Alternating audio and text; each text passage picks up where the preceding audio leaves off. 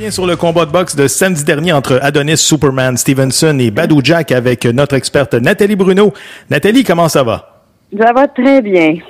Nathalie, premièrement, qu'est-ce que tu peux nous dire sur ce combat-là qui a répondu aux attentes des amateurs, là?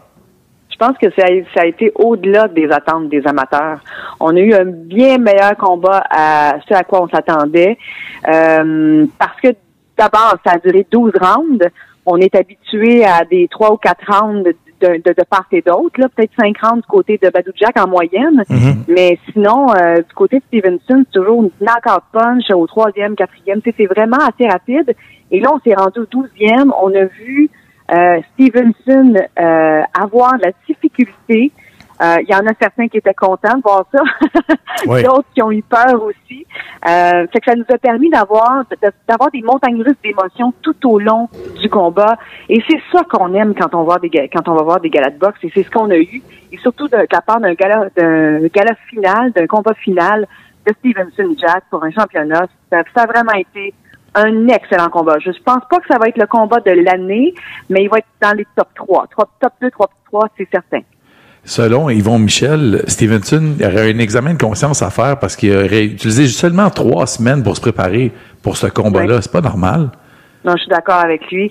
Puis j'ai même posé la question à Sugar Hill, son entraîneur, qui est arrivé justement 3 semaines avant le combat, puis il était pas d'accord avec ma question. Il pensait que, tu sais, il a comme été insulté par ma question quand je lui ai demandé, penses-tu vraiment que ça a été suffisant 3 semaines? Parce que, tu sais, Stevenson a beau être très, très discipliné, être dans le gym tout le temps. Mm-hmm. Mais quand on s'entraîne pour un combat spécifique avec un adversaire spécifique, qui a un style spécifique, ben, il faut s'entraîner de manière spécifique. Et t'as beau être dans le gym tout le temps, frapper dans les sacs, faire du sparring, je veux dire, le détail est peut-être pas là. Alors, je pense que Stevenson s'est assis sur son talent, s'est assis sur son instinct, et la prochaine fois, il va falloir qu'il aille un petit peu plus techniquement et qu'il travaille un petit peu plus longtemps avec son entraîneur. Ça, c'est mon humble avis, là. Je sais que Sugar Hill est même pas d'accord avec moi, mais moi, c'est mon humble avis. Écoute, je suis d'accord avec toi. Je pense que Jack a suivi son plan de match à la lettre. Stevenson, écoute, après une coupe de round, il était comme oups, puis on dirait qu'il improvisait, puis que c'était un peu du n'importe quoi. Il utilisait pas sa main arrière. Il y a eu beaucoup de corps à corps, là, je trouve, dans les rounds du milieu, là, Nathalie. Quand Stevenson a commencé à se fatiguer, il fallait qu'il accroche, là. Absolument. Absolument. Puis regarde, Nathalie, on a une question sur Twitter qui nous provient de Grégory Frézin. Il te pose la question suivante. Il veut savoir qui tu avais comme gagnant dans ce combat-là. Écoute, je suis d'accord avec la décision. C'est pas mal ça que j'avais. Ah ouais, c'est pas mal ça que j'avais.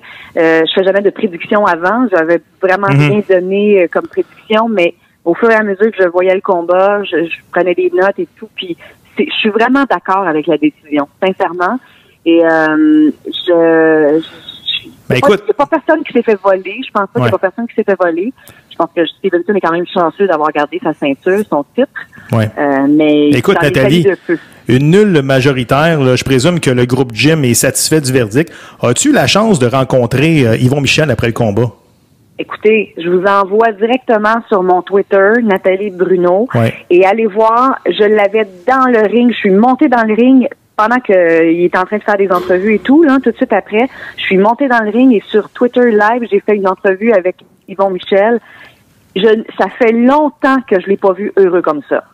Vraiment, là, il va passer un bel été. Avec ce qui s'est passé ce week-end, son été est fait, là. Vraiment. Il avait besoin de ça. On peut prévoir un match revanche? Écoute, c'est pas obligatoire. Dans la clause, il y avait une clause de combat revanche si et seulement si Stevenson perdait. Alors, là, il a gagné, nul en fait, mais donc il n'est pas tenu de le faire, mais je pense que de part et d'autre, il y a un combat revanche qui va s'organiser parce qu'il y a de l'argent, beaucoup d'argent aussi qui va être là-dedans. Je trouve ça dommage parce que l'animateur de Showtime, tout de suite après le combat, en entrevue avec Adonis Stevenson, il a posé comme question, tu y donnerais-tu un combat revanche? Adonis, il dit n'importe quand, je suis prêt. On signe tout de suite, mais je trouve ça plate que après 24 heures après, on a vu que c'était pas Adonis qui décidait, là, tu sais. Ben, Adonis, c'est ce qu'il décide. On a pensé qu'il a décidé tout depuis le début, puis finalement, je suis pas certaine s'il a décidé tant que ça. Ouais. Je pense que l'argent de Mayweather a décidé beaucoup de choses. Ça a décidé que ça se faisait. Ça a décidé que ça se faisait à Toronto. Et ça va probablement décider que ça va se refaire encore. Je pense que c'est pas tant Al Haymon qui va décider ça que Mayweather qui va allonger ses petits billets verts puis qui va en mettre pas mal pour que ça se refasse.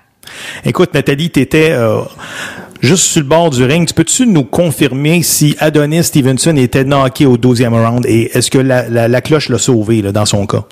Ah oui, moi je suis persuadée que la cloche l'a sauvé. Donne 10 secondes ou 12 secondes de plus à Badou Jack. Puis, ça m'a vraiment rappelé le soir de Luciane Boutet avec Andrade. Là. C'est vraiment, ça m'a vraiment fait penser à ça. Oui, je pense qu'il savait plus où il était, puis il était temps que ça finisse pour lui, sincèrement. Moi, je me pose comme question, est-ce que Adonis va être plus humble dans l'avenir ou il va faire encore preuve d'arrogance? Là? Toi, JF, t'en penses quoi? Je pense que c'est commandé une nouvelle couronne. Oui, c'est commandé une nouvelle couronne, ouais, c'est ça. Non, mais penses-tu que, bon, comme JF disait tantôt, il y a un examen de conscience à faire. Penses-tu que son attitude, Nathalie, va changer un peu dans les prochains mois? Je le souhaite. Je le souhaite parce que ça a été une belle leçon d'humilité pour lui. Et, tu sais, je sais pas si vous l'avez déjà dit, j'ai eu l'occasion de parler avec Stevenson en dehors des conférences de presse, puis il est vraiment le fun, tu sais, il est vraiment le fun, il est trippant, il est humble en privé comme ça. C'est l'image qu'il projette sur les médias sociaux et tout.